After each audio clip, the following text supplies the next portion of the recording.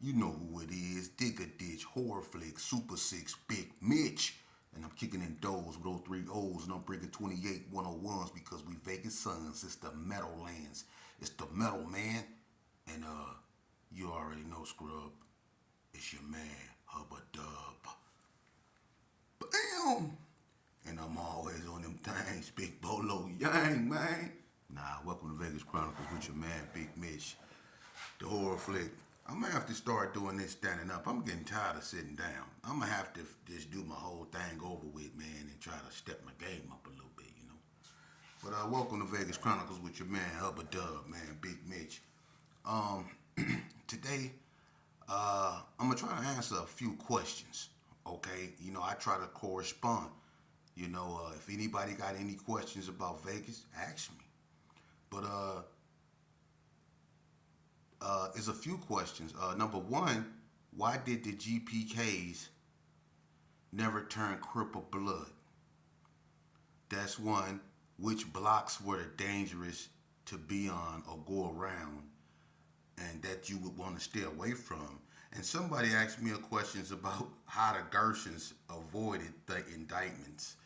The Gersons never avoided indictments. The Gersons was indicted twice, and I'll get to that hopefully. But starting with why the Gersons never became Crips or Bloods.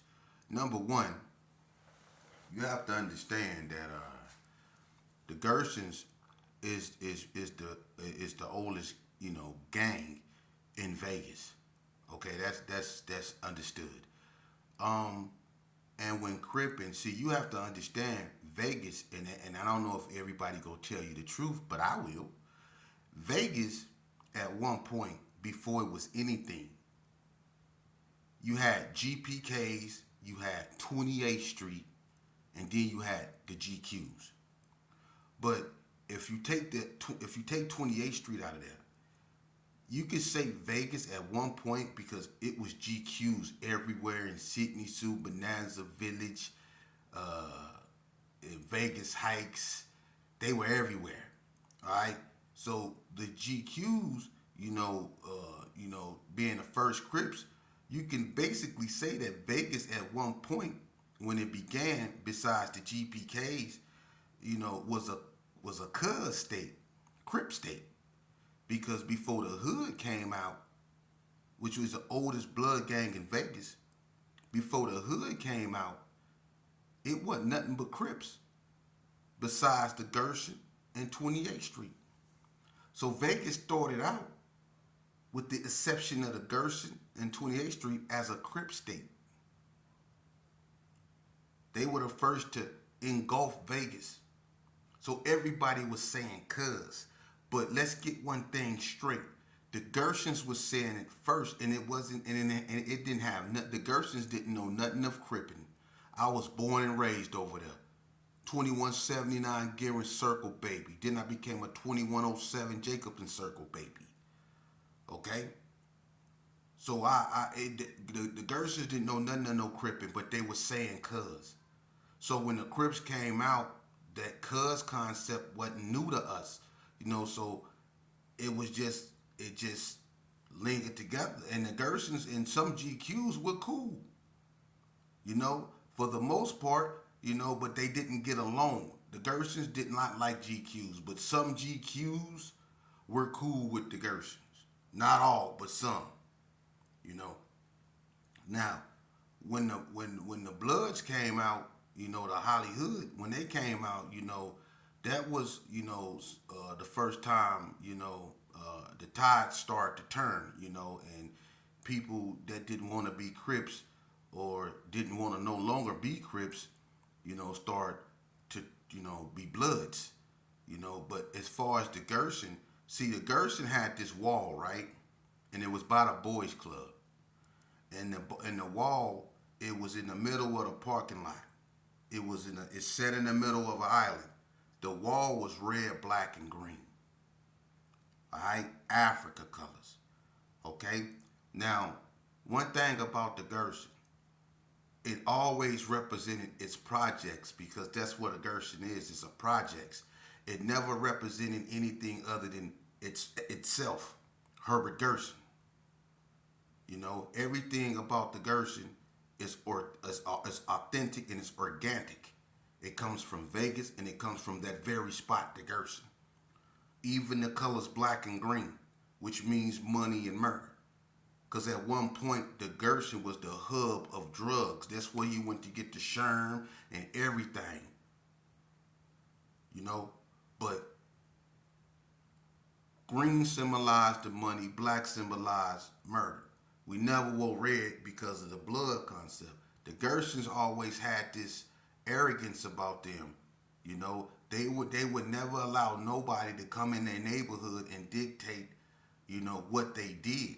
Either you came over there and you conformed. You didn't come over to the Gerson and reform. You'll come over there and get hurt.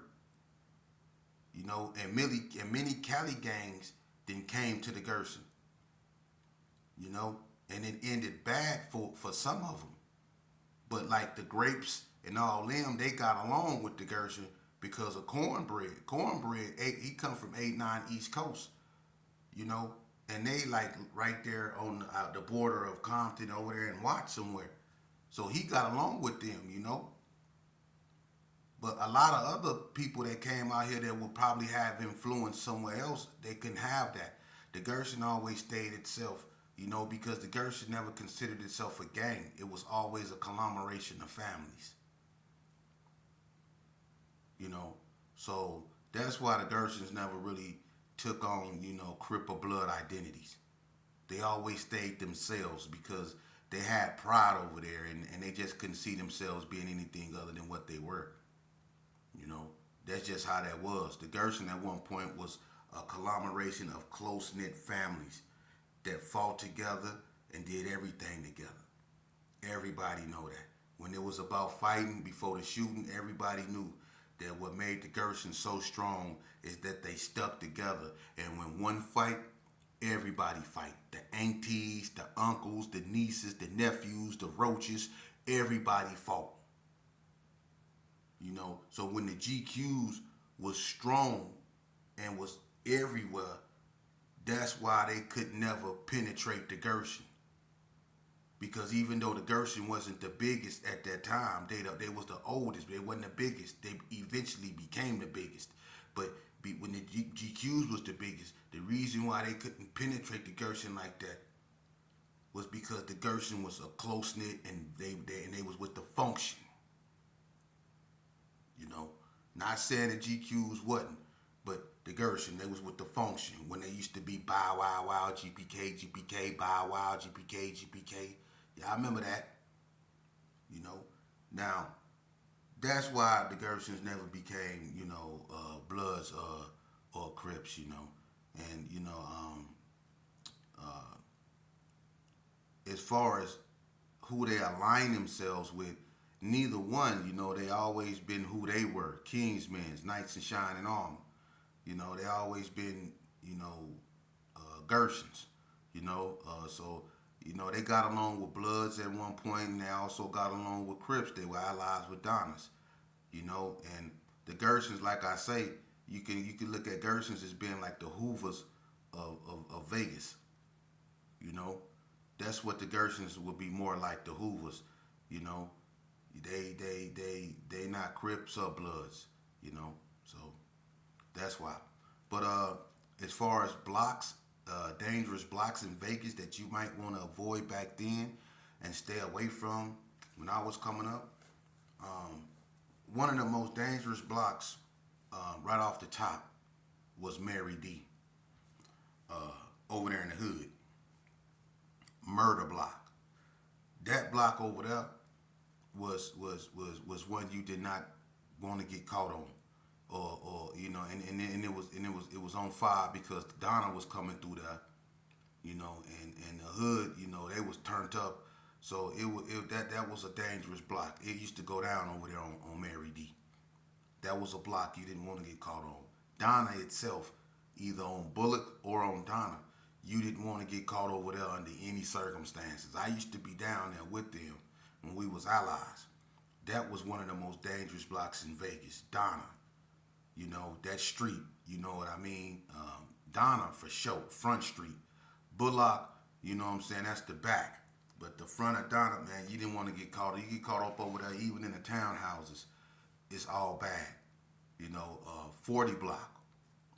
And what people don't understand about 40 block, 40 block initially started off as Laurie Street. Not all the blocks on 40 block was 40 block. In 1989, when 40 block came out, 40 block initially started off as one street, which was Laurie Street, because that was the street that all the money was coming on. And that's the street everybody congregated on.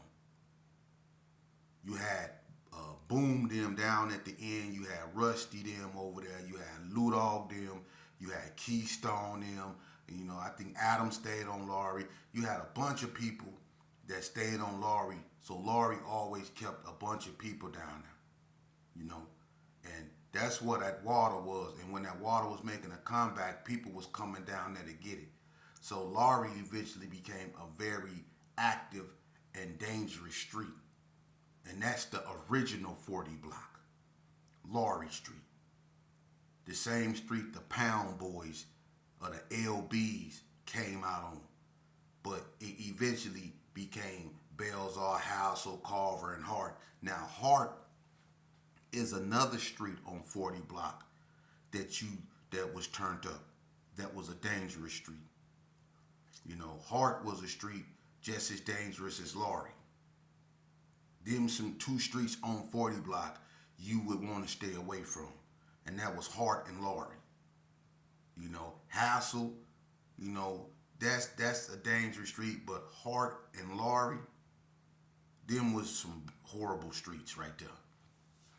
You didn't want to get caught up over there. Other streets, I would say, other blocks, I would say West Street. West Street that separated Crips City from Carry Arms. West Street, back in the days when the 60s had it, when the 60s had West Street, when the 60s had Carry Arms, a lot of people didn't know that on the ground over there, it used to be 111 in Hood written down there. They used to call West Street Nutty Block. Am I lying to the 6-0s? Am I lying to the old ones like Romeo, Big Jed, Big Looney, Big Nutty? Am I lying? Drunk, Blue, Ozone, Big Meech, Big Alexis. Wasn't West Street known as Nutty Block? Used to have 111 in Hood, all that written down there. You had a real heavy Cali Crip rolling 160s present over there. That's always been a dangerous street. When they migrated from 40 block to 60s, and I think that was around 84, I think, 84, somewhere in 84. They migrated from a 40 block to Crip City. And that street always became like, it was turned up. But when the Donnas came out after Boo Boo got killed, and the Donnas was coming over there before the 60s completely left that area right there, that was probably one of the most dangerous, if not the most dangerous street in Vegas in 89. Because them Donnas was coming through that letting loose. Plus you had the Gersons that was occupying the Carry Arms with the K9s and was also warring with the 60s. So that street right there in 89 was turned up. West Street. That was a dangerous street. Morton was a dangerous street because it faced Delmonico. And when the Carry Arms got into it with Delmonico, and it used to be a lot of shootings up over there. Delmonico used to come through, they was right there across the street. It used to be a lot of back and forth up over there. That was a dangerous street too, or if you want to call it a block or whatever. You know what I mean? Berkeley Square, Inglestead, that was dangerous. Especially in the Berkeley Square part. The Valley View part of Inglestead was basically a money street. A lot of people over there was at their money. But when you ride off into Berkeley Square, Inglestead part, it's horrible. That was a dangerous, you could call it a street, you could call it a block, whatever. it was horrible, especially in '89 when the Burgundy Square Pyrus came off. Every block over there was terrible. So them was some horrible blocks. Let me give you some more. I wouldn't see when you go in regular states, them streets, but streets like King, Duchess, Princess, all that up over there, man, horrible. They was turned up. White Street it was a money street at first. And you could say it was a block, but it was a street. But White Street was a money street at first. It wasn't no killing and shooting like that up over there. But eventually, it became one of the worst streets eventually because, when Donna and White Street went to war, well, that's on them. They can tell their own story, but y'all already know how that went. You know what I mean? So, it is what it is. More danger. ABM over there by the Opera House. I forget that street up over there. Horrible. Horrible. It's some horrible streets, Now, I don't know nothing about Naked City, Boulder, Sierra Vista, all that stuff like that. So you ain't gonna really too much never hear me speak on that. I'm a real Vegas boy. I'm a 530 baby. I don't know nothing about Sierra Vista because people where I come from, we didn't hang out over there. Wasn't nothing over there to hang out for. All the action was where we was at. So I don't know nothing about, that came after the fact when people start branching out. And that's why Vegas boys start getting killed by out-of-towners because that's where they start locating themselves on the outskirts. That's what I consider the outskirts. So, Bonanza Village, that was, Fo Deuce was turned up too in '89, '90 and all that. That was somewhere you didn't want to get caught in. When the '60s had Sidney Sue and when Sidney Sue revamped themselves, Rock and Roosevelt and Snow and Chill and Goldie, Loki C, all them dudes up over there, man. When they turned themselves back up, they was with the function too. Then they formed an alliance with Bonanza Village, you know what I mean, and made themselves even stronger. So there was some small gangs, man, that would tear your behind up. As far as the Hispanics go, I'm gonna be honest with you, and this ain't dissing the Hispanics. The Vegas Hispanics compared to, I guess you could say, the Cali Hispanics, they wars wasn't as intense. Vegas Mexicans, they fought a lot.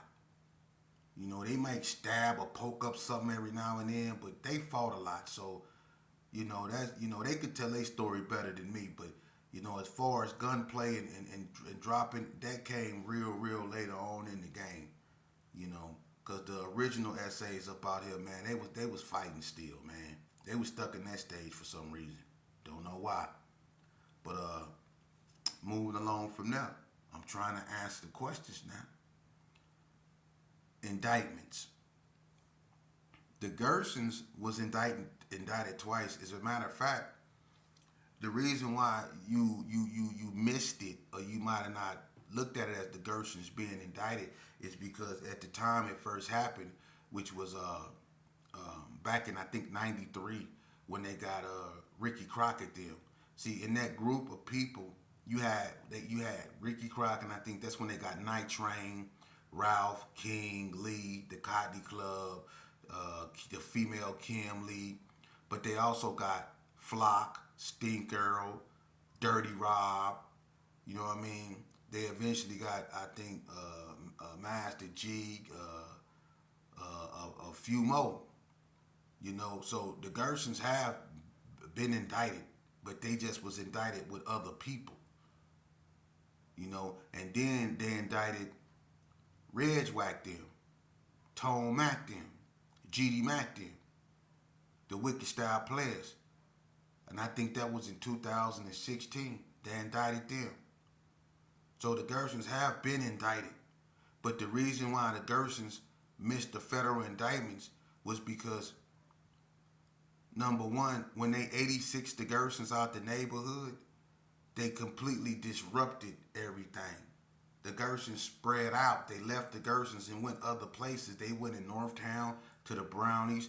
They were still on the block. They went to Carry Arms. They went to the trailer courts in Vegas Heights. They went to a whole bunch of different places. So that's why, they wasn't still in the Gerson like in one spot, And I think some of the first peoples to get indicted, was the Donnas. I think they snatched up Ringo them and Dread Mac them. And then they got the Coast. I think. Look Jesse them. They had the ABMs up in there, John Lee them up in there for a long time. They started snatching people up. But they got the PBs eventually. Stem Nut, Nakem Slim them, Teddy P them. The biggest one the most famous one of them all is when they got the 6 O's. That was the most famous one because they was locked in a bloody war with the Gersons. They got, as a matter of fact, I think the first ones to fall up under the federal indictments, that I know of, was the Bloods, the Hoods. And I'm not gonna get in their business like that, but it was the Hoods, the OG Hoods them. S-Man them. But I'm not finna get up in their business like that, but it was them. They was the first ones. Before my era was even being indicted, they was the first ones. And then the Donnas. But I mean, why they ain't indict the 50s? Why they ain't indict, some people got indicted and some people didn't, A lot of people lost their lives, before they could be indicted, you know what I mean? And that's just how it is, man, I don't know. I got taken off the street at a long, right during the time they got Dirty Rob. When Dirty Rob used to ride that white utility truck. You know what I mean? They caught him with that Dirt used to be rolling around with in that utility truck, man. I think they called Dirt them birds, you know what I mean? He was doing his thing, but that's neither here nor there. But yeah, the Gersons was indicted twice, but they never could really just get them all like they did everybody else because they scattered up. When they started in 86 in the Gersons, and they started 86 in the Gersons in 89. 89 is when they started them, 86 and everybody. And it disrupted everything. It moved everybody around. People start forming other cliques with other things. You know what I mean? People went from here to there and clicked up with these people over here and they start doing their thing. So that's why that happened. But the Gersons got their issue too, so it is what it is. But one thing another thing I want to expound on too, man, is that, man, one thing we gotta look, man. I don't know, what the problem is with our people, and this probably about the time you want to get up and walk off because this is the time I get to spitting that real, and I don't know what's wrong with our people, man, but it's a goddamn shame that in the year 2024 that we still so stagnated, and we still so far behind everybody else, especially when it comes to loving ourselves, that it's a shame, man. Mama still burying their sons. It's just the same old thing as usual, man. Young black boys still dying. They don't care. You can't talk to them. They think getting on the internet, pointing guns at the camera is what's it about. You know what I mean? And you seeing all this stuff on TV. You hearing about all this stuff on TV that's going wrong. Black women being assaulted, women being assaulted in general. People being, just just attacked for no reason, people being murdered for no reason.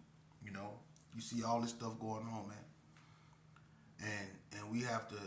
I mean, pretty soon, man, it ain't gonna be nothing else left to hold on to, man. I mean, it's coming to the point now to where everybody is arming themselves and getting this everybody for themselves type of mentality, man.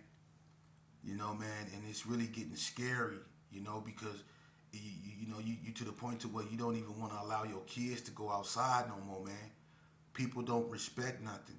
They'll run your son over and keep on moving. Won't even look back. They'll run your son over in the middle of the street and they'll keep rolling like they ain't did nothing or hit nothing. These people have lost their mind. I don't know if it's from what they spraying in the air. I don't know what it is, but people is really out here acting like feral dogs, man. And I can't do this by myself, man. I bring exposure to real, Vegas history, but I intend to move on from that and talk about a bunch of things, you know. I'm not just one dimensional. I want to talk about a variety of things, especially when it concerns us as a people and the progression of us as a people. You know, I want to talk about positive things. I want to talk about reform. I want to talk about things that we need to do to reconnect to ourself, our spirituality, to fall back in love with ourself. That's when we were at our greatest. You know, it seemed like when we were suffering from real racism, when we were going up against the Bull Connors and the George Wallaces,